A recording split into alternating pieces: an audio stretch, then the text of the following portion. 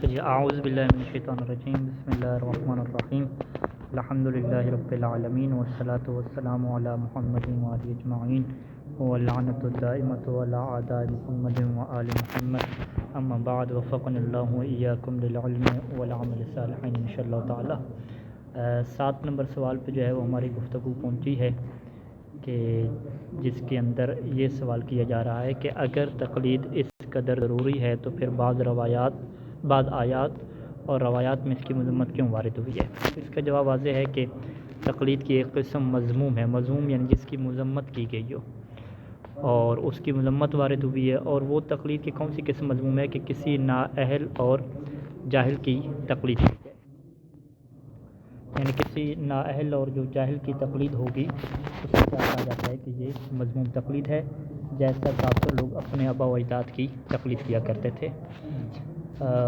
کافر لوگوں کے علاوہ جو اپنے آپ مومنین کی مثال لے لیں کہ وہ کسی فقیہ کی بجائے جو ہے وہ کسی جاہل خطیب کی اگر وہ تقلید کرتے ہیں اور اس کی بات پہ بھروسہ کرتے ہیں، اور بھروسہ بھی ایسا غضب کا کہ ان کے مطابق جو ایران اور عراق میں جو فقہا ہیں یہ سارے جو ہے وہ فعل حرام کر رہے ہیں، قرآن اور حدیث سے ہٹ کے جو ہے فتوے دے رہے ہیں، اور وہ جو ان کے جاہل خطیب اور ذاکر ہیں وہ مکمل جو ہے وہ حدیث اور فرمان کے مطابق جو ہے انہیں شرعی حکم بتا رہے ہیں۔ تو اس طرح کی جو خواہش کی بنیاد پہ اور بغیر تحقیق کے اور سادگی کی بنیاد پہ جو تقلید کی جاتی ہے یہ جو ہے وہ مذمت ہے، اور اس کی کیا مذمت وارد ہوئی ہے۔ لیکن اگر مکمل تقلید کرتے ہیں کہ آپ جس فقیہ کی تقلید کر رہے ہیں اس کا بایو ڈیٹا کیا ہے، کہاں پہ پڑھا ہے، کیسے پڑھا ہے، کرپٹ ہے کرپٹ نہیں ہے، کس حوزے میں پڑھا ہے، کس مدرسے میں پڑھا ہے، تو یہ جب آپ تحقیق کر کے اس کی بات پہ بھروسہ کرتے ہیں تو یہ تقلید بہترین ہے اور اس کی جو ہے وہ مذمت وارد نہیں ہوئی۔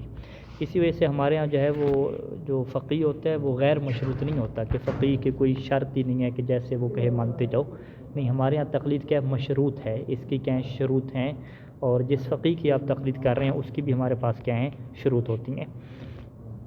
تو لہٰذا جو ہے وہ اگلا سوال ہے کہ تقلید کے صحیح ہونے کے لیے اس آدمی میں کن شرائط کا پایا جانا ضروری ہے کہ جس کی تقلید کی جائے۔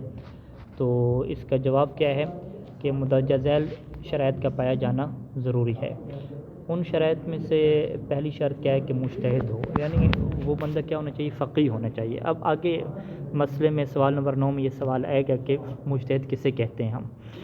دوسرا کیا ہے کہ عادل ہو، عادل کی تعریف بھی کیا اگلے مسئلے میں آ رہی ہے۔ مرد ہو، مومن سے مراد شیعہ اثنا عشری ہوتی ہے، اور 5ویں شرط انہوں نے لگائی ہے حلال زادہ کی جو ہمارے بعض کا عمومی سوال کرتے ہیں کہ حلال زادہ ہونا کیسے ثابت ہوگا۔ تو یہ اصل میں حلال زادہ ہونا ثابت ہے، یعنی روایات کے مطابق الولد للفراش ایک تعبیر استعمال کی امام علیہ السلام نے کہ جو بستر سو رہا ہے اسی کے کیا ہے بچہ ہے، کسی اور کا بچہ نہیں ہے۔ اگر آپ نے کسی کے لیے یہ ثابت کرنا ہے کہ یہ حلال زادہ ہے تو اس کے لیے اتنا کافی ہے کہ بھئی یہ میاں بیوی تھے، ان کے ہاں بچہ پیدا ہوا تو یہ انہی کی ہے، یہ حلال زادہ ہوگا۔ اگر آپ نے یہ ثابت کرنا ہے کہ حرام زادہ ہے تو پھر آپ کو کیا ہے وہ 4 گواہ لانے پڑیں گے، اور وہ بھی خاص شرائط کے ساتھ۔ اگر 4 پورے گواہ نہ کر سکے تو آپ کی تہمت ثابت ہو جائے گی، الٹا آپ کو کیا پڑ جائیں گے، کوڑے پڑ جائیں گے۔ لہذا حلال زادہ ثابت کرنا مشکل نہیں ہے، وہ تو اصل ہے اور قانون کے مطابق ہے کہ جو بھی میاں بیوی ہیں ان کا بچہ ہو رہا ہے تو وہ جب تک حرام زادہ ثابت نہ ہو اسے حلال زادہ ہی کیا مانا جائے گا۔ تو حرام زادہ اصل ثابت کرنا ہوتا ہے، حلال زادہ تو ثابت کیا ہے کرنے کی ضرورت نہیں ہے، وہ تو الولد للفراش امام علیہ السلام کا قانون چلے گا کہ جو بستر پہ پیدا ہو جس کے وہی ہے اس کا بچہ ہوگا۔ اچھا، یہاں پہ 5 شرائط لکھی ہیں، اور یہاں پہ جو بنیادی شرط ہے 6ٹھی بھی ہونی چاہیے تھی جو منہاج میں کیا ہے موجود ہے، اور وہ شرط کیا ہے کہ اس فقیہ کا جو حافظہ ہے وہ بھی کیا ہو، باقی ہو۔ ٹھیک ہے، حافظہ بمقدار المتعارف، الضبط بالمقدار المتعارف یہ عربی تعبیر ہے، یعنی کہ جو عام لوگوں کا حافظہ ہوتا ہے اتنا اس کا ہونا چاہیے۔ اور چونکہ ہمارے یہاں یہ بات واضح ہے اور سائنسی طور پہ بات تجربے سے ثابت ہوئی ہے کہ جو افراد بھی قبر تک علم حاصل کرتے ہیں، پڑھاتے رہتے ہیں، پڑھتے رہتے ہیں، یعنی علم کے ساتھ مشغول رہتے ہیں، ذہن کو چلاتے رہتے ہیں، ریٹائرمنٹ لے کر جو ہے وہ ریسٹ پہ نہیں جاتے، ہمیشہ پڑھنے اور پڑھانے پہ کام کرتے ہیں، تو قبر تک جو ہے وہ ان کا ذہن صحیح کام کرتا ہے، ان کا حافظہ صحیح کام کرتا ہے، اور اس میں کیا کوئی مشکل پیدا نہیں ہوتی۔ اور ہم خود نجف اشرف میں بہت سارے فقہا کو دیکھ رہے ہیں کہ جن کی عمر 80 85 سال ہے، لیکن اس کے باوجود ان کا حافظہ، ان کے دلائل، ان کا سب کچھ کیا ہے سلامت ہے۔ وہ اس کی وجہ کیا ہے کہ وہ روز 3 4 درس اور مباحث مدرسے وغیرہ سارا سسٹم کیا ان کا جاری ہے۔ اور پھر ظاہری بات ہے قرآن و حدیث انسان پڑھ رہا ہو زیادہ سے زیادہ تو اس کی ایک معنوی برکات بھی ہیں کہ اس کا حافظہ کیا کمزور نہیں ہوتا۔ بہرحال یہ ممکن ہے اگر کوئی ایسا مورد پیش آ جائے کہ ایک فقیہ ایسا بوڑھا ہوا کوئی مشکل بن گئی کہ اس کا حافظہ کیا ہے اس میں کمی آ گئی تو پھر کیا ہے اس سید سیستانی کے مطابق اس کی تقلید نہیں ہو سکتی۔ سوال نمبر 9 اسی سے ہے کہ ایک عالم کب مجتہد کہلاتے ہیں؟ مجتہد کی تعریف کیا ہے؟ اسی مجتہد کی تعریف سے اجتہاد کی تعریف بھی آپ کو ثابت ہوگی۔ مجتہد لفظ اس میں فاعل کیا ہے؟ اجتہد یجتہد سے مجتہد، اور اس کا جو اصل ڈکشنری میں معنی ہے کوشش کرنے والا، یہ معنی ہے۔ اور فقہ میں اس کا ہم شیعہ لوگ کیا مطلب لیتے ہیں کہ جب، ٹھیک ہے، جب سے کیا ہے اس کی تعریف شروع ہو رہی ہے کہ جب اس میں اس قدر علمی صلاحیت پائی جائے کہ وہ قرآن و حدیث سے، ٹھیک ہے، قیاس کی بات نہیں ہے، ذاتی رائے کی بات نہیں ہے، قرآن و حدیث سے حکم شرعی کا استنباط کر سکتا ہو۔ استنباط کا مطلب کیا ہوتا ہے؟ نکالنا، ٹھیک ہے۔ جو بندہ قرآن و حدیث سے حکم شرعی کو نکال سکتا ہو اس کے اندر اتنی صلاحیت آ جائے کہ قرآن اور روایات کا مطالعہ کرے اور حکم شرعی نکال دے۔ اس کی یہ وجہ ہے کہ ہاں یعنی شریعت کی طرف سے جو آپ کو حکم دیا گیا ہے کہ آپ نے یہ کام کرنا ہے، ٹھیک ہے۔ وہ اوپر جو ہم نے بیان کیا تھا کہ دین کے 3 حصے ہیں، عقائد، احکام اور اخلاق۔ وہ تو احکام کس کی جمع ہے؟ حکم کی کیا جمع ہے؟ حکم یعنی شریعت نے انسانوں کو حکم دیا ہے کہ آپ نے اس کے مطابق چلنا ہے۔ تو حکم شرعی استنباط یعنی نکال سکتا ہو قرآن و حدیث سے، یعنی قرآن و حدیث میں بعض کا تو واضح ایک لکھا ہوا ہوتا ہے حکم کہ مثلا نماز کا پڑھنا کیا واجب ہے، بعض کا کیا ہوتا ہے اس میں عام خاص ہوتے ہیں، مطلق مقید ہوتے ہیں، ناسخ منسوخ ہوتے ہیں، کچھ روایات ٹکرا رہی ہوتی ہیں، کچھ کیسی ہوتی ہیں، کچھ کیسی ہوتی ہیں۔ تو یہ ساری اس کو تحقیق کرنا آتی ہو اور سمجھتا ہو اور اسے یہ بھی پتہ ہو کہ ہماری کون کون سی کتابیں ہیں، کتنے نسخے ہیں، کیا چکر ہے، راویان کون سے ہیں، روایات کس طرح کی ہیں، تو یہ ساری چیزوں کے اوپر جو صلاحیت رکھتا ہوگا اسے کیا کہتے ہیں؟ مجتہد کہتے ہیں۔ تو اس سے پاس یہ بھی نقطہ بھی واضح ہو گیا کہ ہمارے ہاں جو مجتہد ہے وہ قرآن اور حدیث سے حکم شرعی نکالنے والا ہوتا ہے۔ جو ذاتی قیاس اور رائے سے نکالے ہم اسے مجتہد نہیں کہتے۔ تو لہٰذا ہمارے ہاں جو اجتہاد ہے وہ قرآن و حدیث کے اندر ہی گھومتا ہے، قرآن و حدیث سے باہر اجتہاد ہمارے ہاں نہیں ہے۔ اہل سنت کے ہاں اجتہاد کسے کہتے ہیں؟ جو قرآن و حدیث کے باہر ہو۔ تو لہٰذا لفظ ایک ہے، معنی دو ہیں، تو لفظ سے انسان کہے دھوکہ نہ کہے۔ لفظ ہمارے یہاں اجتہاد بولا جاتا ہے تو اس کا یہ معنی ہے کہ قرآن و حدیث سے نکالنا، کوشش کرنا قرآن و حدیث میں۔ ان کے ہاں جب لفظ اجتہاد بولا جاتا ہے تو اس کا مطلب کیا ہوتا ہے؟ اپنی ذاتی رائے اور قیاس سے نکالنا کہ جہاں پہ قرآن و حدیث آپ کے پاس نہ ہو۔ اور ہمارے ہاں تو یہ دعویٰ ہے اور بلکہ یہ بات حقیقت میں ہے کہ جو بھی قیامت تک مسئلہ پیش آئے گا اس کا حل قرآن مجید میں یا فرمان محمد وآل محمد میں موجود ہے، ایک کلی قانون کی شکل میں۔ آپ وہاں سے کیا ہے نکال سکتے ہیں بشرطے کہ آپ کے اندر صلاحیت ہو کہ آپ وہاں سے کیا ہے اس کو ڈھونڈ سکیں اور نکال سکیں۔ اچھا جی، عام طور پر ایک انسان کب اور کیسے مجتہد بنتا ہے؟ ایک انسان کب اور کیسے مجتہد بنتا ہے؟ ٹھیک ہے، احکام دین میں مجتہد بننے کے لیے ضروری ہے کہ انسان ان تمام علوم میں دسترس رکھتا ہو، دسترس مہارت رکھتا ہو کہ جن علوم کی احکام دین کے استنباط کرنے میں ضرورت پیش آتی ہے۔ ٹھیک ہے، شریعت کے احکام کو آپ نے قرآن و حدیث سے نکالنا ہے تو جن جن علوم کی ضرورت پیش آئے گی ان علوم کا ماہر بننا کیا ضروری ہے؟ سب سے پہلے علم نحو ہے۔ علم نحو آپ کو پتہ ہونا چاہیے کہ عربی زبان میں جب اسم پہلے آ جائے بعد میں آ جائے تو اس کے ترجمے میں کیا فرق پڑتا ہے، یہ سارا معلوم ہونا چاہیے۔ علم صرف معلوم ہونا چاہیے کہ یہ صیغہ کون سا ہے اور اس کا عربی ڈکشنری میں کیا معنی ہے۔ عربی ادب معلوم ہونا چاہیے کہ ادبی زبان میں یہ لفظ کب بولا جاتا تھا، آیا یہ کسی کو روکنے کے لیے بولا جاتا تھا، کسی پہ طنز کرنے کے لیے بولا جاتا تھا، یا کسی کو جو ہے وہ ڈانٹنے کے لیے بولا جاتا تھا، اس کے کیا حالات ہوتے تھے۔ تو ان حالات سے واضح طور پہ پتہ چلتا ہے کہ معصوم کیا ہے کیا فرمانا چاہ رہے ہیں۔ اسی طریقے سے علم منطق ہے۔ علم منطق سے آپ کو یہ مدد ملتی ہے کہ کہیں آپ قیاس تو نہیں کر رہے، اگر آپ دلیل دے رہے ہیں تو کہیں قیاس تو نہیں کر بیٹھے۔ تو قیاس وغیرہ سے بچنے کے لیے، ذاتی رائے سے بچنے کے لیے علم منطق کیا ہے بہت ضروری ہے۔ علم بلاغت کیا ہے ضروری ہے، اور ادب اور بلاغت میں ایک دقیق فرق ہے لیکن یہاں پہ بیان کرنا ضروری نہیں ہے۔ علم تفسیر کیا ہے، روایات قرآن مجید کی جو آیات کی تفسیر کس طرح سے کی جاتی ہے وہ آپ کو علم ہونا چاہیے۔ حدیث کا علم ہونا چاہیے کہ کتنی حدیث کی کتابیں ہیں، اس کی کیا کیا اقسام ہیں۔ رجال اور درایا کا علم حاصل ہونا چاہیے کہ راوی کون سے ہوتے ہیں اور سند کس طرح سے بنتی ہے، کس طرح سے نہیں بنتی۔ علم اصول فقہ ہو گیا کہ اصول فقہ میں کیا ہوتا ہے، کلی قوانین طے پاتے ہیں کہ جو کلی قانون معصوم نے ارشاد فرمائے ہیں وہ کون کون سے ہیں، کہ جب آپ کو حکم شرعی کا پتہ نہ چل رہا ہو تو کون سا قانون وہاں پہ استعمال ہوگا۔ تو ان تمام جو کلی قوانین ہیں یہ ہونے چاہیے، وغیرہ اس کے علاوہ بھی کیا دیگر علوم ہیں۔ ان سب علوم کے اوپر کیا ہے مہارت حاصل ہوگی تو ایک انسان کیا ہے اس قابل بنتا ہے کہ قرآن اور حدیث سے کیا ہے حکم شرعی نکال سکے۔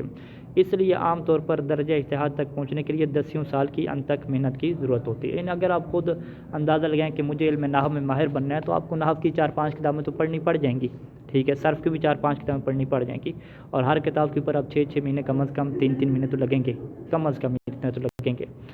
تو اس طرح جو ہے وہ 10 سال کی انتھک محنت کی ضرورت ہوتی ہے، تب جا کے ایک انسان کیا ہے مجتہد بنتا ہے۔ اگر وہ اتنی محنت نہیں کرتا تو وہ مجتہد تو نہیں کہلائے گا، وہ نیم ملا کہلائے گا، اور ہم بیان کر چکے ہیں کہ نیم حکیم خطرہ برائے جان اور نیم ملا خطرہ برائے دین۔ یعنی وہ فقیہ کہ جو ترجمہ کسی کا پڑھ رہا ہو، ٹھیک ہے، رجال کی تحقیق کسی کی پڑھ رہا ہو، خود اسے کچھ بھی نہ آتا ہو، بس ترجمے شرجمے اکٹھے کر کے ادھر ادھر سے کر کے، وہ مجتہد نہیں ہوتا، ٹھیک ہے۔ اچھا جی، عادل ہونے سے کیا مراد ہے؟ اوپر ایک شرط تھی کہ فقیہ عادل ہونا چاہیے۔ عادل اس شخص کو کہتے ہیں جو شریعت کے مطابق زندگی گزارے، یعنی واجبات کی پابندی کرے اور حرام کام سے یہ بندہ کیا ہوتا ہے؟ عادل ہوتا ہے۔ ہمارے فقیہ میں یہ شرط ہے کہ وہ عادل ہو، اور جو بندہ اپنی ذاتی رائے اور قیاس سے فتوے دیتا ہے وہ عادل نہیں ہوتا، وہ فاسق اور فاجر ہوتا ہے۔ جیسا کہ ہماری جو ہے وہ کتب اربعہ میں زرارہ جو فقیہ تھا، سب سے بڑا فقیہ زرارہ بن اعین، امام صادق علیہ السلام اور امام محمد باقر علیہ السلام دونوں اماموں کا کیا شاگرد ہے، تو وہ لوگوں کو فتوے دیا کرتا تھا۔ تو ایک دفعہ اس نے کیا فتویٰ دیا تو کسی بندے نے پوچھا کہ ھذا برأیک، کیا یہ آپ اپنی رائے دے رہے ہیں؟ تو اس نے آگے سے کہا کہ بھی عجیب، اگر میں اپنی رائے سے دوں تو انی لفاجر، تو میں تو فاسق و فاجر بن جاؤں گا، میں اپنی رائے کیوں دوں گا؟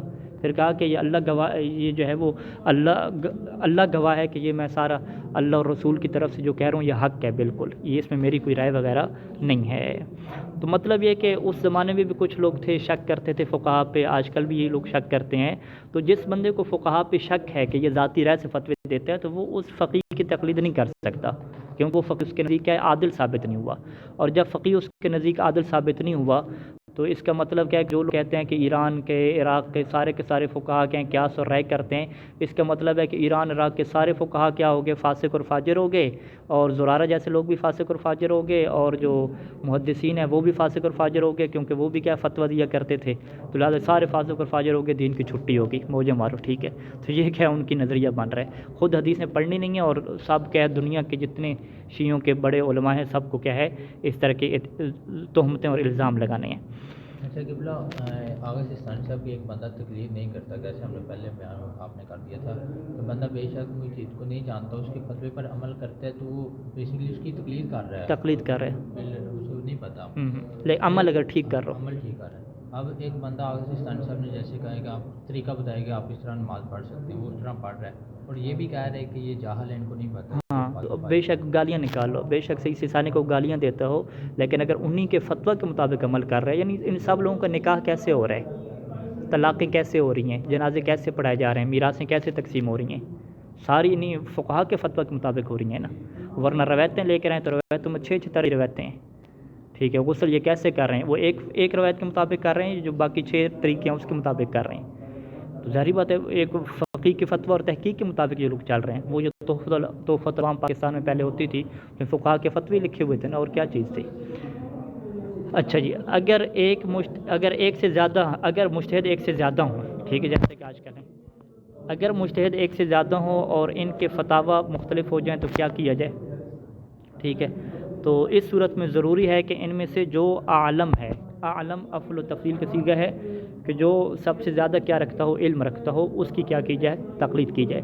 یہ جو عالم کا لفظ ہے یہ روایات میں وارد ہوا ہے کہ جس طرح 2 قاضیوں کے درمیان اختلاف ہوا تھا اور وہ راوی نے امام صادق السلام کو لکھا تھا کہ اب ہم کیا کریں، تو امام صادق السلام نے اس میں ایک لفظ لکھا تھا کہ اعلمہما باحادیثنا، کہ ان میں سے جو زیادہ علم رکھتا ہے ہماری احادیث کی، اس کی تم کیا کرنا، بات لے لینا اور دوسری کی کیا چھوڑ دینا۔ تو یہ لفظ عالم بھی کیا وہاں سے لیا گیا ہے، ویسے لفظ افقہ بھی کیا استعمال ہوا ہے روایات میں۔ اچھا، عالم سے کیا مراد ہے جی؟ عالم اسے کہتے ہیں جو احکام دین کے استنباط کرنے، یعنی دینی احکام کو نکالنے میں قرآن و سنت سے دینی احکام کو استنباط کرنے اور جزیات کو قواعد و کلیات سے نکالنے میں زیادہ قدرت و صلاحیت رکھتا ہو، ٹھیک ہے۔ یعنی جزیات کیا ہوتے ہیں؟ ہر ایک کا انفرادی مسائل، کیونکہ قیامت تک بندے آنے ہیں، کسی کا کیا کیس بن گیا، کسی کا کیا کیس بن گیا، کوئی مرا ہے تو کسی کا دادا زندہ ہے، کسی کا پردادا زندہ ہے، کسی کا اس سے بڑا زندہ ہوگا، کوئی مرا ہے تو کوئی زندہ نہیں ہے، اس طرح کے مختلف جو جزیات آتی ہیں۔ اب قرآن مجید نے اور روایات میں تو میراث کے کیا ہیں کلی قانون دیے ہیں، تو ایک فقی ایسا ہونا چاہیے کہ جو ان جزیاتی جو چیزیں ہیں نا ان کو ان کلیات سے نکالنے کی بھی کیا مہارت رکھتا ہو۔ اب ایک ایسا مسئلہ پیش آ گیا کہ میں نے تو یہ پڑھی نہیں روایت میں پتہ نہیں، اس زمانے میں تو ایسا نہیں ہوتا تھا کہ کوئی بندہ فوت ہو اور اس کے چار دادے زندہ ہوں، یہ تو آپ کے 4 دادے زندہ ہو، اب ہم کیا کریں؟ ٹھیک ہے، تو وہ کیا ہے کلی جو قانون ہے روایات کے، اس کی صلاحیت ہوگی اس کے اندر سے نکال سکتا ہو چیزیں۔ تو لہٰذا 2 چیزیں عالم کے لیے، پہلا کیا ہے کہ دینی احکام استنباط کرنے میں بھی اس کی صلاحیت ہو، یعنی قرآن و سنت سے کیسے نکالنا ہے، اور ظاہری بات ایسی پیچھے جو علوم ہیں، یعنی جو علم بلاغت، نحو، ادب، منطق، ان چیزوں کو جو زیادہ ماہر ہوگا وہی کیا ہے صحیح طریقے سے استدلال کر سکے گا۔ اور دوسرا، استدلال کرنے کے بعد پھر لوگوں کو مسائل پیش آتے ہیں، جزئی مسائل، ہمارے پاکستان کے مسئلے پیش آ کے، گاؤں کے مسائل پیش آ کے، ان کو جو ہے وہ روایات میں جو قواعد کلی بیان ہوئے ہیں، کلی احکام بیان ہوئے ہیں، ان کے اندر کیسے فٹ کرنا ہے، کیسے نکالنا ہے، اس کی بھی کیا ہونی چاہیے، اس کے پاس صلاحیت ہونی چاہیے۔ واضح انشاءاللہ یہ۔ اچھا، سوال نمبر 14 ہے کہ ہم کیسے پہچان سکتے ہیں کہ فلاں عادل ہے؟ ٹھیک ہے، عادل کو ہم کیسے پہچانیں گے؟ کسی کی جو عدالت ہے وہ 3 طریقوں سے معلوم کی جا سکتی ہے۔ پہلی چیز تو کیا ہے کہ انسان خود کسی کو اچھی طرح جانتا ہو کہ وہ شریعت کا پابند ہے۔ ٹھیک ہے، میں کسی کو جانتا ہوں کہ یہ بندہ کیا ہے، صحیح ہے، جھوٹ نہیں بولتا، غیبت نہیں کرتا، کرپٹ نہیں ہے۔ اور دوسری طریقہ کون سا ہے کہ وہ 2 عادل گواہ کسی کی عدالت کی گواہی دیتے ہیں، یعنی میں 2 عادل بندوں کو تو جانتا ہوں لیکن وہ 2 کیا ہے اس تیسرے بندے کو جانتے ہیں، اگر وہ 2 مجھے بتا دیں کہ بھئی یہ بندہ شریعت کا پابند ہے، کرپٹ نہیں ہے، اچھا انسان ہے، تو وہ تیسرا بندہ کیا ہو جائے گا، میرے نزدیک عادل ثابت ہو جائے گا۔ یعنی اگرچہ میں نے خود تحقیق نہیں کی، مجھے یقین نہیں ہے، لیکن چونکہ 2 عادل نے آ کے گواہی دے دی، اور روایات میں ہے کہ اگر 2 عادل آ کے گواہی دے دیں آپ کو تو آپ کیا آنکھیں بند کر کے کیا ان کی بات کو مان لو۔ تیسرا کیا ہے کہ کسی انسان کا ظاہر اچھا ہو، اب دل چیر کے تو کوئی کسی کو نہیں دیکھتا، تو ظاہری جو مومن کا ہوتا ہے سسٹم، اسی کو کیا ہے شریعت میں حجت مانا گیا ہے۔ ظاہر اچھا ہو، ظاہر اچھا کیا مطلب کہ اس طرح کہ اگر اس کے دوستوں، رشتہ داروں اور پڑوسیوں سے اس کے بارے میں پوچھا جائے تو وہ کہیں کہ اچھا انسان ہے۔ ٹھیک ہے، آپ نے اس کے محلے والوں سے پوچھا بھی کیسا انسان ہے، صاحب نے کہا کہ اچھا انسان ہے، بس یہ کافی ہے ظاہر۔ اب مزید کیا اس کا نمبر حاصل کریں، FIA والوں کو دیں، سب کو دیں، اس کی ساری جو ہے وہ نکلوائیں، یہ کریں وہ کریں، یہ چیزیں کیا ضروری نہیں ہیں۔ یہ کیا ہے عادل کے 3 طریقے ہو گئے۔ اسی طریقے سے کسی کے مجتہد یا عالم ہونے کو کیسے پہچانا جائے، یعنی ہمیں کیسے پتہ چلے کہ وہ مجتہد بن گیا ہے، یا یہ کیسے پتہ چلے کہ وہ کیا ہے عالم سب سے زیادہ کیا ہے علم والا بن گیا ہے، کیونکہ عالم کی تقلید کب کرنا ہوتی ہے، جب فقہا کے فتاوی میں اختلاف ہو جائے۔ کہتے ہیں کہ اجتہاد اور عالمیت کا بھی 3 طریقوں سے علم حاصل کیا جائے گا۔ پہلا کیا ہے کہ انسان خود اس حد تک پڑھا لکھا ہو کہ کسی کے مجتہد ہونے اور عالم ہونے کی تحقیق کر سکتا ہو، خود کیا ہے وہ پڑھا لکھا ہے، یہ تو بات ہی حل ہوگی۔ دوسرا کیا ہے کہ 2 ایسے عادل جو اہل خبرہ ہوں، خبرہ کیا مطلب، یعنی مہارت رکھتے ہوں، بریکٹ میں اس کی وضاحت کر رہے ہیں، یعنی کسی کے اجتہاد اور عالم ہونے کی تحقیق کرنے کی صلاحیت رکھتے ہوں، یعنی وہ بھی عوامی بندے نہ ہوں، وہ بھی خود فقیہ ہوں، درس خارج پڑھانے والے لوگ ہوں۔ تو ایسے 2 عادل اگر کسی کے اجتہاد یا عالمیت کی گواہی دے دیں تو یہ بھی آپ مان لیں گے۔ تیسرا کیا ہے کہ اہل خبرہ میں سے، یعنی یہ جو لوگ صلاحیت رکھتے ہیں یہ جاننے کی کہ کون سا زیادہ ماہر ہے، کس کی زیادہ کیا ہیں تحقیقات ہیں، تو اہل خبرہ میں سے اگر ایک ایسا آدمی جو قابل اعتماد ہو، آپ کے لیے قابل اعتماد ہے، یعنی ثقہ جیسے کہ عربی میں کہتے ہیں، اگر وہ کسی کے اجتہاد یا عالم ہونے کی گواہی دے دے تو پھر بھی وہ ایک بھی کیا حجت ہے یہاں پہ۔ تو اب یہاں پہ جو ہے وہ ایک اور مسئلہ بھی ڈسکس کیا جاتا ہے کہ اگر ماہرین کا اختلاف ہو جائے، ٹھیک ہے، کوئی کہیں کہ آیت اللہ سید خامنہئی کے ہیں، خدا ان کی حفاظت فرمائے، وہ سب سے زیادہ کہیں عالم ہے، کوئی کہے کہ آیت اللہ سید سیستانی دامت ظلہ العالی سب سے زیادہ عالم ہے، تو آپ کیا کریں گے؟ اختلاف ہو گیا، ادھر بھی 2 گواہیاں، ادھر بھی کیا 4 گواہیاں، 2 گواہیاں۔ تو اب سید سیستانی منہاج میں یہ لکھا ہے کہ آپ یہ دیکھیں گے کہ اکثر و اہل خبرتن، کہ جس کے اندر زیادہ مہارت ہے، زیادہ جو ماہر ہیں، زیادہ سینئر لوگ ہیں، وہ کس کو کیا سپورٹ کر رہے ہیں، تو آپ کیا اس کی طرف کیا جائیں گے؟ یعنی فرض کریں کہ سید سیستانی کی ہم تقلید کیوں کرتے ہیں، اس وجہ سے کرتے ہیں کہ مثلا شیخ باقر روانی جو یہاں پہ موجود درس خارج دے رہے ہیں، شیخ ہادی آل رازی جو یہاں پہ درس خارج دے رہے ہیں، وہ صدام کے زمانے میں ایران میں بھی درس خارج دیتے رہے ہیں، وہاں پہ بھی پڑھاتے رہے ہیں، یہاں پر بھی پڑھا رہے ہیں، وہ لوگ جو دونوں حوضوں کو دیکھ چکے ہیں وہ گواہی دیتے ہیں کہ جو سید سیستانی ہیں وہ سب سے زیادہ کیا قابل انسان ہیں۔ ٹھیک ہے. اور اس کے علاوہ جو خود سید سستانی کے استاد ہیں، کیونکہ آج کل جتنے بھی فقہاء ہیں تقریباً سبھی کے سبھی سید خوئی کے شاگرد ہیں، تو سید خوئی نے جو لکھ کے دیا فقاہت کا کہ یہ بندہ فقیہ بن گیا ہے، اور وہی 35 سال کی عمر میں، وہ 35 سال کی عمر میں فقط سستانی صاحب کو لکھ کے دیا اور کسی کو نہیں لکھ کے دیا. اسی طریقے سے حسین ہلی جو ان کے اساتذہ ہیں فقہاء، انہیں بھی فقط سستانی صاحب کو اور ایک اور فقیہ کو لکھ کے دیا تھا کہ آپ جو ہیں وہ فقیہ ہیں. یعنی شہید باقر صدر جیسی جو شخصیات ان کے شاگرد تھے، ان کو بھی کیا رسماً لکھ کے نہیں دیا گیا اساتذہ کی طرف سے. تو ان اساتذہ نے جو اپنی سب کلاس جو پڑھنے آتے تھے، ان میں سے سید سستانی کو کہا کہ یہ فقیہ ہیں اور ماہر ہیں، اور اس کے علاوہ جو سینئر ترین اساتذہ ہیں، جو موسٹ سینئر جسے ہم کہتے ہیں، وہ بھی گواہیاں سید سستانی کے بارے میں دے رہے ہیں. تو اس سے کیا کہتے ہیں کہ جو اکثر ماہرین ہیں، جو بڑے بڑے ماہرین ہیں، ان کی گواہیاں کس کے ساتھ ہیں؟ سید سستانی کے ساتھ ہیں. تو یہاں سے ہمیں اطمینان حاصل ہو جاتا ہے کہ سید سستانی کیا ہیں؟ سب سے زیادہ کیا ہیں؟ عالم ہیں. اگر کسی کو اطمینان حاصل نہ ہو تو پھر اس کا کیا ہے؟ آگے سسٹم آ رہا ہے سوال نمبر 16 میں. اب سوال 16 میں کیا ہے کہ اگر عالم کا پتہ نہ چل رہا ہو تو کیا کیا جائے؟ یعنی ایک بندے نے تحقیق کی، حوضہ نجف، حوضہ قوم، ادھر ادھر سب لوگوں سے آراء معلوم کی، وہ کنفیوز ہو گیا، اسے کچھ بھی کیا پتہ نہیں چلا. اب وہ کہے کہ میں کیا کروں؟ کہتے ہیں کہ اگر اس بات کا علم نہ ہو کہ ان میں سے کوئی عالم ہے یا نہیں ہے، تو ہم کہیں گے کہ دو طرح کی آپ کی کنفیوژن ہے. پہلی آپ کو کنفیوژن ہے کہ جتنے بھی فقہاء ہیں، کیا ان میں سے کوئی عالم بھی ہے یا نہیں؟ کوئی آپ کو پتہ تھوڑا بہت اندازہ؟ کہتے ہیں کچھ بھی نہیں پتہ. تو پھر کہتے ہیں جب ایسی صورتحال ہو جائے تو پھر ان میں سے کسی کی بھی تقلید کر سکتا ہے. پھر ہم کہیں گے آپ کی مرضی ہے، کسی بھی کیا کرو تقلید کرو، سوائے ان بعض موارد کے کہ جو منہاج الصالحین میں مذکور ہیں. منہاج الصالحین میں کچھ موارد ایسے لکھے ہیں کہ وہاں پہ آپ کی مرضی نہیں ہے کہ کسی کی بھی تقلید کریں، وہاں پہ آپ کو کیا کرنی ہے؟ احتیاط کرنی ہے.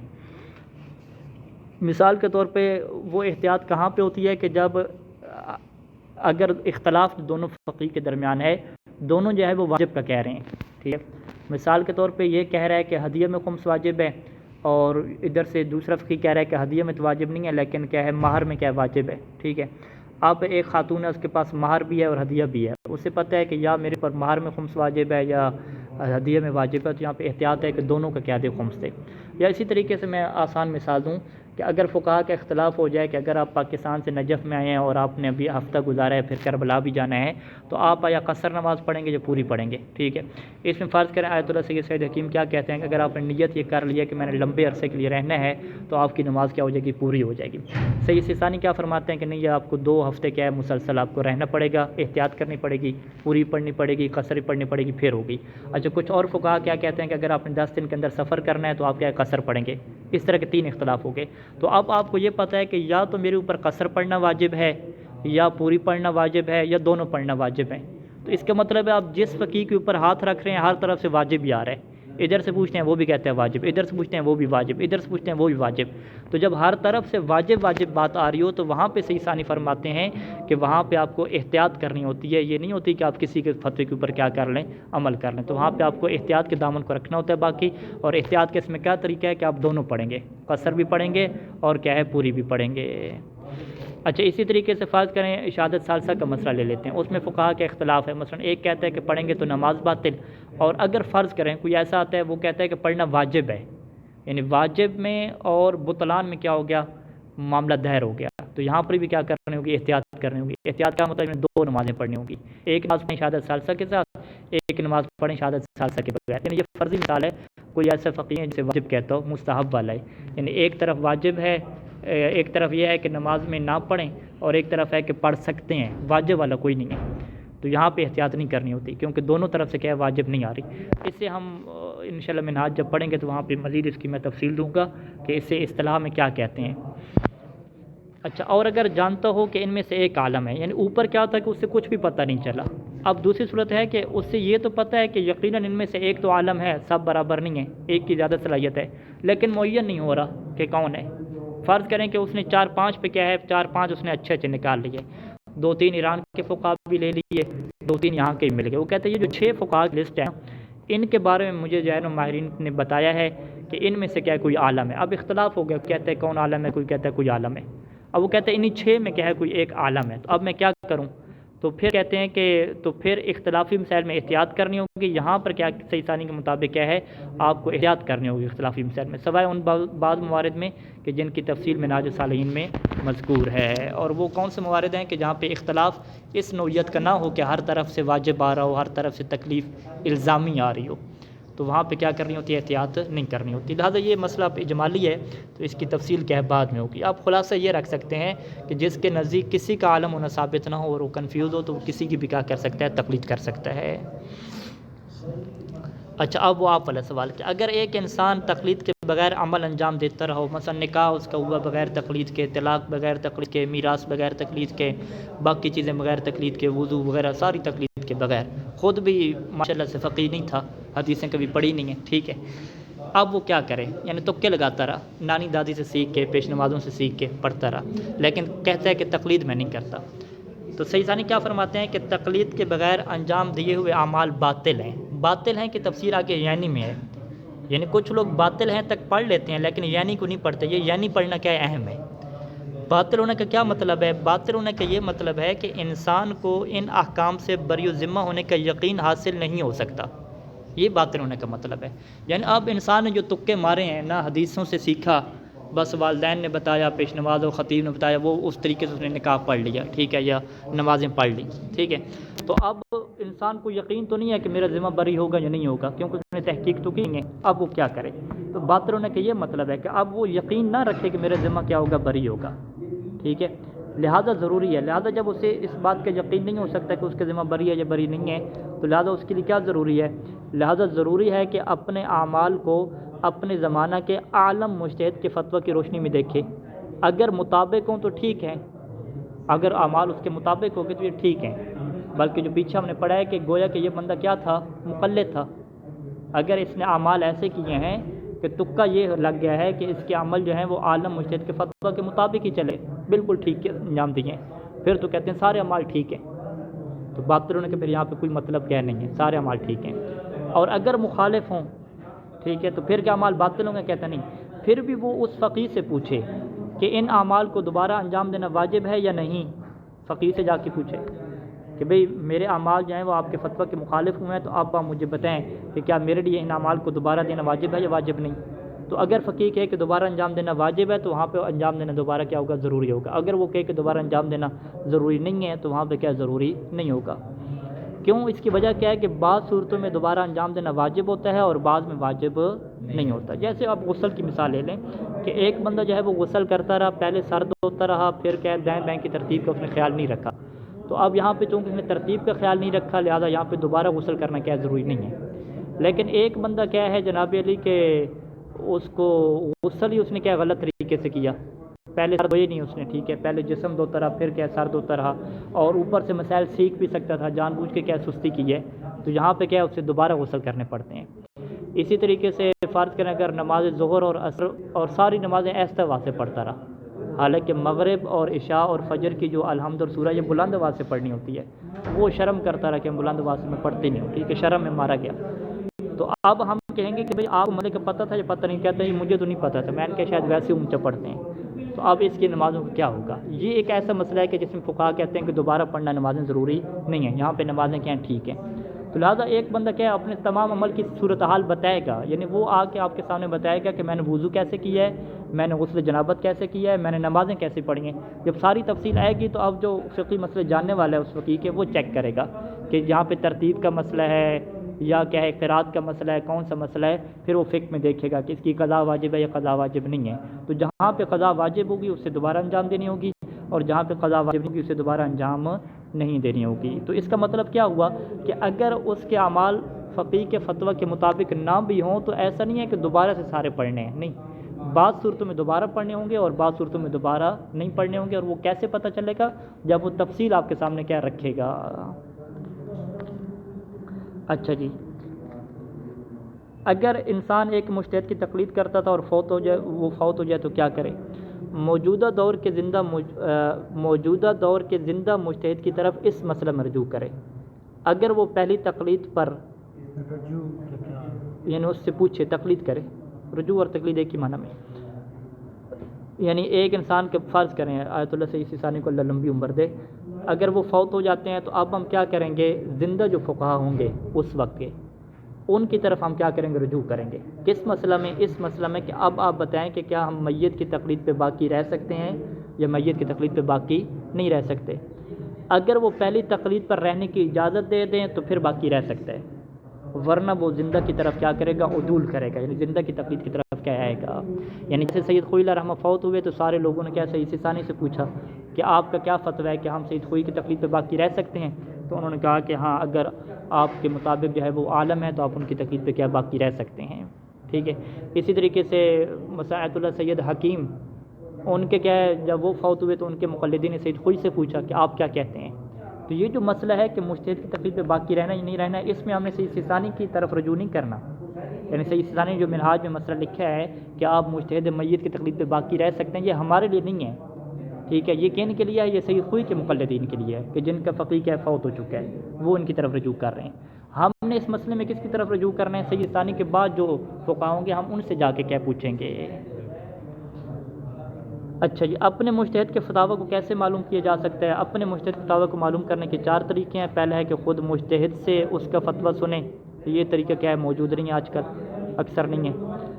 ایسے 2 عادل آدمیوں سے سنیں جو اس مجتہد کا فتویٰ بیان کر رہے ہیں، ٹھیک ہے، 2 عادل آ کے بیان کریں، یا کسی ایسے شخص سے مجتہد کا فتویٰ سنیں جس کی بات پر اطمینان حاصل ہو جائے، یعنی ایک بندہ ہو اور آپ کو اطمینان بھی ہو جائے، یعنی آپ کو پتہ ہے کہ یہ سید سستانی کے کیا فتوے پڑھتا ہے، دقیق طریقے سے پڑھتا ہے اور اسے پتہ ہے ہر چیز کا، اپنی طرف سے نہیں چھوڑتا۔ چوتھا کیا ہے کہ مجتہد کی فتاوی کی کتاب سے پڑھے، بشرطے کہ کتاب کے صحیح ہونے کے بارے میں اطمینان ہو، ٹھیک ہو گئی۔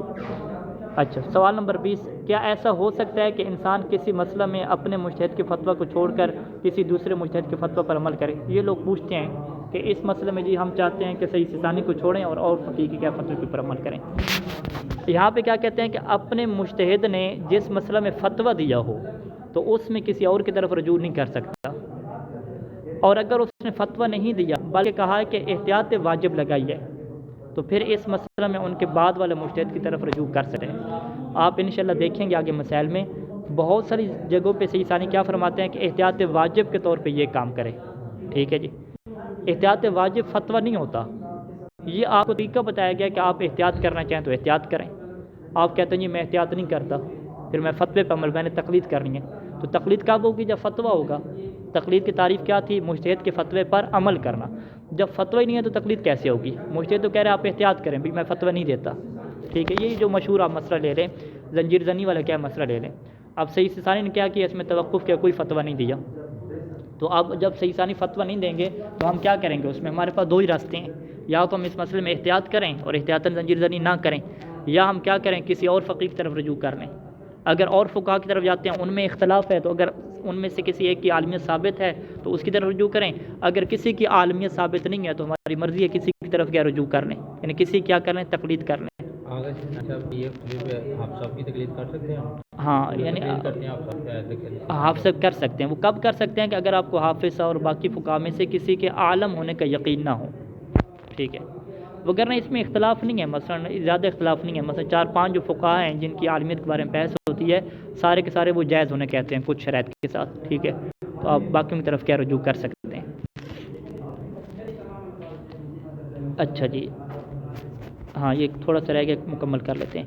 احتیاط واجب اور احتیاط مستحب میں کیا فرق ہے؟ احتیاط مستحب پر عمل ترک کیا جا سکتا ہے اور یہ فتویٰ کے بعد ذکر ہوتی ہے۔ خود احتیاط واجب اور احتیاط مستحب کا معنی احتیاط واجب ہے کہ آپ کے لیے ضروری ہے کہ آپ احتیاط کریں، یعنی سید ثانی مثلا کہتے ہیں کہ احتیاط واجب ہے کہ آپ پہلے 2 ہفتے نماز جمع کر کے پڑھیں، یعنی پوری بھی پڑھیں اور قصر بھی پڑھیں، احتیاط واجب ہو جائے گی۔ احتیاط مستحب کیا ہے کہ بھئی آپ روزہ بھی رکھ لیں اور بعد میں مستحب ہے کہ اس کی قضا بھی کر لیں، یہ کیا ہے؟ احتیاط مستحب جب لگیں۔ بھی احتیاط واجب کا لفظ توضیح المسائل یا کسی بھی جگہ آئے گا تو اس کا مطلب یہ ہے کہ آغا سستانی یا مجتہد جس کی توضیح ہے وہ اجازت دے رہے ہیں کہ آپ کسی اور کی تقلید کر سکتے ہیں۔ ہاں، یعنی وہ فتویٰ نہیں دے رہے۔ فتویٰ نہ دینے کا مطلب کیا ہے؟ کہ آپ ان کی تقلید نہیں کریں گے، کیونکہ تقلید کس کی ہوتی ہے؟ فتویٰ کی ہوتی ہے، یعنی فتویٰ پہ عمل کرنا۔ تو وہ جب فتویٰ نہیں دے رہے تو یہ سیدھے الفاظ میں ہے کہ بھئی میں جب فتویٰ نہیں دے رہا تو آپ کسی کی طرف کیا رجوع کر سکتے ہیں۔ اس کی وجہ کیا ہے کہ فقیہ کے اوپر فتویٰ دینا واجب نہیں ہے۔ اگر بہت سارے فقہا ہوں تو ایک فقیہ کے اوپر یہ واجب نہیں ہے کہ فتویٰ دے، وہ احتیاطیں لگا دے، ٹھیک ہے۔ احتیاط لگانے کا کیا مطلب ہے؟ کہ وہ سب کو کہے کہ آپ لوگوں احتیاط کریں اس مسئلے میں، لیکن اگر تقلید کرے تو وہ کر سکتا ہے، اس کے پاس آپشن موجود ہے۔ اچھا جی، احتیاط مستحب پر عمل چھوڑا جا سکتا ہے اور یہ فتویٰ کے بعد ذکر ہوتی ہے، یعنی فتویٰ پہلے ذکر ہو جاتا ہے پھر احتیاط لگاتے ہیں۔ اور احتیاط واجب کو بالکل نہیں چھوڑا جا سکتا، بلکہ اس پر عمل کرے یا اس مسئلہ میں کسی دوسرے مجتہد کے فتویٰ پر عمل کرے، ٹھیک ہے، کیونکہ آپ کے مجتہد کا تو فتویٰ نہیں ہے، اس نے تو احتیاط کا کہہ دیا، تو لہٰذا آپ کسی دوسرے مجتہد کے فتویٰ پر عمل کریں، یعنی کیا مطلب، اس مسئلہ میں کسی دوسرے مجتہد کی کیا کریں، تقلید کر لیں۔ اور اس احتیاط واجب کے ساتھ فتویٰ ذکر نہیں ہوتا، فتویٰ ذکر نہیں ہوتا، فتویٰ ہوتے ہی نہیں ہے اصل میں۔ احتیاط مستحب میں بھی فتویٰ نہیں ہوتا؟ احتیاط مستحب میں فتویٰ ہوتا ہے، یعنی جیسے ہے کہ روزہ فرض کریں، شک پڑے گا کہ روزہ رکھنا ہے یا نہیں رکھنا، آپ صحیح جانیں کہ روزہ رکھیں واجب ہے، یہ فتویٰ ہوگا کہ روزہ رکھنا واجب ہے، اب یہ روزہ رکھیں آپ، اور بعد میں اس کے روزے کی قضا کریں، یہ احتیاط مستحب ہے، یعنی فتویٰ دے دیا کس کا، واجب ہونے کا، کہ آپ بھی رکھیں، اب دوبارہ قضا کرنی ہے یا نہیں کرنی ہے، اس میں احتیاط مستحب لگا دی۔ یعنی احتیاط مستحب میں ایک فتویٰ ہوتا ہے، اور فتوے سے ہٹ کے وہ ایک اضافی آپ کو کیا ہے پیکیج دے ہوتے ہیں ڈبل ٹائم کا، کہ آپ یہ بھی کر لیں تو بہتر ہے اس میں، ٹھیک ہے۔ اگر انسان کسی دوسرے آدمی کو غلط فتویٰ نقل کر دے تو کیا کرے؟ جان بوجھ کر تو ایسا کرنا ظاہری بات ہے حرام ہے، اور یہ ایسا کرنا حرام کیوں ہے؟ کیونکہ یہ گمراہ کرنا ہے، اور اگر غلطی سے ایسا ہو جائے تو کوئی حرج نہیں ہے، ٹھیک ہے، پھر گناہ نہیں ہے، یعنی اگر غلطی سے ایسا ہو جائے، لیکن دونوں صورت میں، یعنی جان بوجھ کر غلط بتایا ہو یا غلطی سے غلط بتایا ہو، دونوں صورتوں میں اس آدمی کو صحیح فتویٰ سے آگاہ کرے، یعنی بعد میں صحیح فتویٰ سے آگاہ کرے، اور یہ آگاہ کرنا کب ضروری ہے؟ کہ جب فتویٰ ایسا ہو کہ وہ بندہ واجب چھوڑ دے گا یا کوئی حرام کر بیٹھے گا، پھر آگاہ کرنا ضروری ہے۔ اگر وہ مستحب چھوڑ بیٹھے گا یا کوئی مکروہ چھوڑ بیٹھے گا تو پھر وہ دوبارہ بتانا کیا ضروری نہیں ہوتا، یعنی اس میں تب ضرورت ہے کہ اگر واجب اور حرام تک کہ کیا ہے پرابلم پیدا ہو جائے، اور اگر آپ کو پتہ ہو کہ اگلا بندہ ویسے جنرل نالج کے طور پہ پوچھ رہا تھا، اس نے کون سا عمل کرنا ہے، ٹھیک ہے، تو پھر بھی اسے دوبارہ کیا ہے بتانا ضروری نہیں ہے، کیونکہ آپ کو پتہ ہے کہ اس نے کوئی عمل تو کرنا نہیں ہے، یہ ویسے کیا معلومات لے رہا تھا۔ اگر انسان کسی مسئلہ میں مجتہد کے فتویٰ سے آگاہی نہیں رکھتا تو کیا کرے؟ ٹھیک ہے، یعنی اب مجھے فتویٰ نہیں ہے، میں نے عمل کرنا ہے تو میں کیا کروں؟ جب تک فتویٰ کا علم نہ ہو احتیاط پر عمل کرے، یعنی یہ نہیں کہ عمل چھوڑ دے، آپ کو پتہ نہیں چل رہا کہ آپ پتنی نماز قصر پڑھنی ہے یا پوری پڑھنی ہے، کیا شرائط ہیں، تو احتیاط کریں وہاں پہ، کیا مطلب دونوں نمازیں پڑھیں۔ اچھا پتہ نہیں چل رہا کہ پتنی شہادت ثالثہ نمازیں پڑھنی ہے یا نہیں پڑھنی، احتیاط کریں کہ نہ پڑھیں، کیونکہ نہ پڑھیں گے تو کوئی نہیں کہتا کہ بھی نہ پڑھنے سے نماز باطل ہوتی ہے، پڑھنے کے اوپر بحث ہے نا، تو یہ احتیاط کریں۔ اور جتنے اخباری علماء تھے، امین السر آبادی، یہ سارے کہتے تھے کہ احتیاط ہمیں کرنی چاہیے، یہ برات طرف نہیں جاتے تھے، تو ان اخباری علماء کے مطابق احتیاط کا مطلب ہی یہ ہے کہ آپ ایسے ایسے کام نہ کریں کہ جس کے اوپر فقہاء کا اختلاف ہے اور نماز باطل ہونے کا کیا خدشہ ہے۔ اچھا، یہ کیا مجتہد کے تمام فتاویٰ کا سیکھنا اور یاد کرنا واجب ہے؟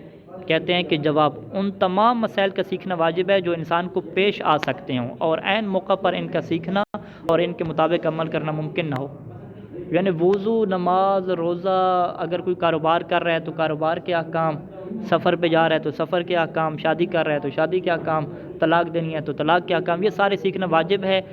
کب واجب ہے؟ کہ اگر انسان کو پتہ ہو کہ جب یہ کام پڑے گا تو اس وقت میں نہیں سیکھ سکوں گا، اور وہ کب ہوتا ہے؟ وضو اور نماز کے لے لیں، یعنی اب میں نے صبح نماز پڑھنی ہے، وضو میں نے سیکھنا ہے، قرات کرنی ہے، تو اس سے پہلے کیا سیکھنا واجب ہے۔ اور امام جعفر صادق صاحب سے روایت ہے کہ لیت السیاف علی رؤوس اصحابی حتی یتفقہوا فی الحلال والحرام، کہ کاش میرے اصحاب کے سروں پر اس وقت تک کوڑے مسلط رہیں۔ کوڑے، یہ روایت ہم نے شروع میں بیان کی تھی کہ جب تک وہ حلال و حرام کا علم حاصل نہ کر لیتے۔ اور بہترین روایت کیا ہے کہ کسی نے آ کے یہ پوچھا تھا کہ اگر انسان کو کوئی مسئلہ پیش آ جائے تو کیا اس کے لیے جائز ہے کہ وہ اس کو نہ سیکھے؟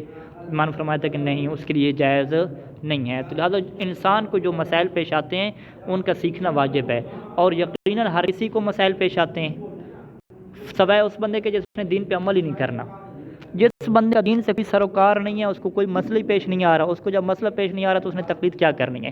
تقلید وہی بندہ کرے گا کہ جس نے دین پہ عمل کرنا ہے، جس نے نماز پڑھنی ہے، جس نے روزہ رکھنا ہے، جس نے صحیح طریقے سے کیا زکوٰۃ و خمس دینا ہے، وہ مسئلے سیکھے گا نا، باقیوں کو کیا لینا دینا شریعت سے۔